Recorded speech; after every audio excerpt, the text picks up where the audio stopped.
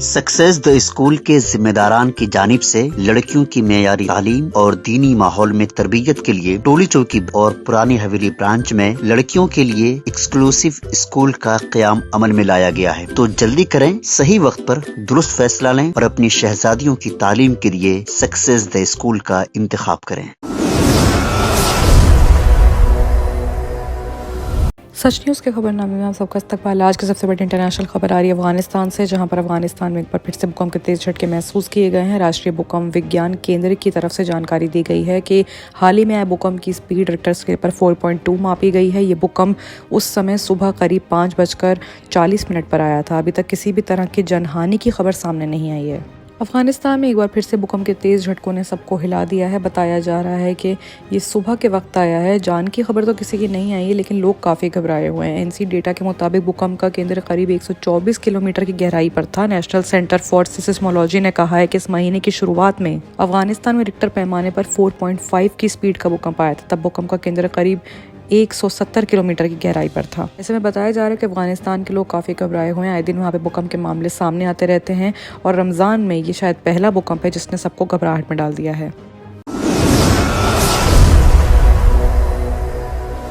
अब अगर बात करें चीन की, तो चीन के नागरिकों पर हमले के बाद इस चीनी कंपनी ने बंद कर दिए कारोबार, अपने लोगों को वापस भेज दिया। आपको बताया जा रहा है कि जिस तरह से पाकिस्तान में बीते 2 दिन में खैबर पख्तूनवा में दासू जल परियोजना पर आतंकी हमले में 5 चीनी नागरिकों की मौत हो गई थी, जिसके बाद चीन की कंपनी ने क्षेत्र में आए जल विद्युत परियोजना में अपने काम को बंद कर दिया है। इस बीच पाकिस्तान ने थर्सडे को कहा है कि चीन के साथ उसकी दोस्ती के दुश्मन इस आतंकवादी हमले के जिम्मेदार हैं।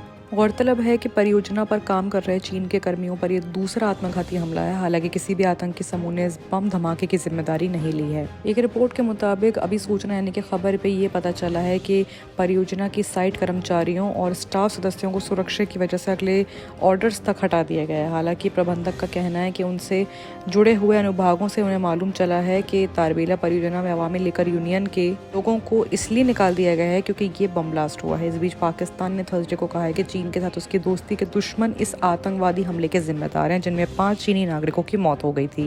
गौरतलब है कि चीन के दबाव के बाद पाकिस्तान के प्रधानमंत्री शहबाज शरीफ ने चीनी नागरिकों पर हुए हमले की जांच करने के ऑर्डर दिए हैं। 60 अरब अमेरिकी डॉलर के चीन पाकिस्तान आर्थिक गलेरिया CPI के तहत हजारों चीनी कर्मी पाकिस्तान में कई परियोजनाओं पर काम कर रहे हैं।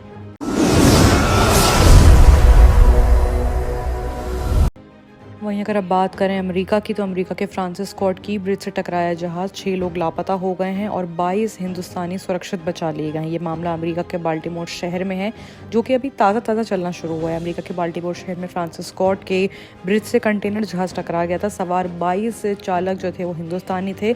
6 लोग लापता थे, जिनको मरा हुआ मान लिया गया। लेकिन अब खबर आ रही है कि सिंगापुर के ध्वज वाला कंटेनर जहाज अमेरिका के बाल्टीमोर शहर में शायद और जानों का भी जिम्मेदार है। इसको लेकर सिनर्जी मेरिन ग्रुप का बयान में कहा गया कि सिंगापुर का ध्वज लगा कंटेनर जहाज DLI के मालिकों और प्रबंधकों के बाद जहाज 26 मार्च को समुद्रसाई दिन के लगभग 1:30 बजे फ्रांसिस स्कॉट के बाल्टीमोर पुल से खंबे से टकरा गया था, जिसमें 6 लोगों की मौत हो गई, 22 लोग घायल थे। लेकिन अब ऐसा लग रहा है कि इन 6 लोगों की जिनको लापता थे उनको मरा हुआ घोषित कर दिया गया है। ऐसे में मौत की खबरें मजीद बढ़ भी सकती हैं, इसमें आंकड़ा भी हो सकता है। बताया जा रहा है कि मार्च में अमेरिका का पहला ऐसा हादसा जिसने सबको हिला दिया है। बड़ी तादाद में जान माल के नुकसान की आशंका के बाद लोग वहाँ पर दहशत में हैं। बाकी की तमाम खबरों के लिए देखते रहिए सच न्यूज़।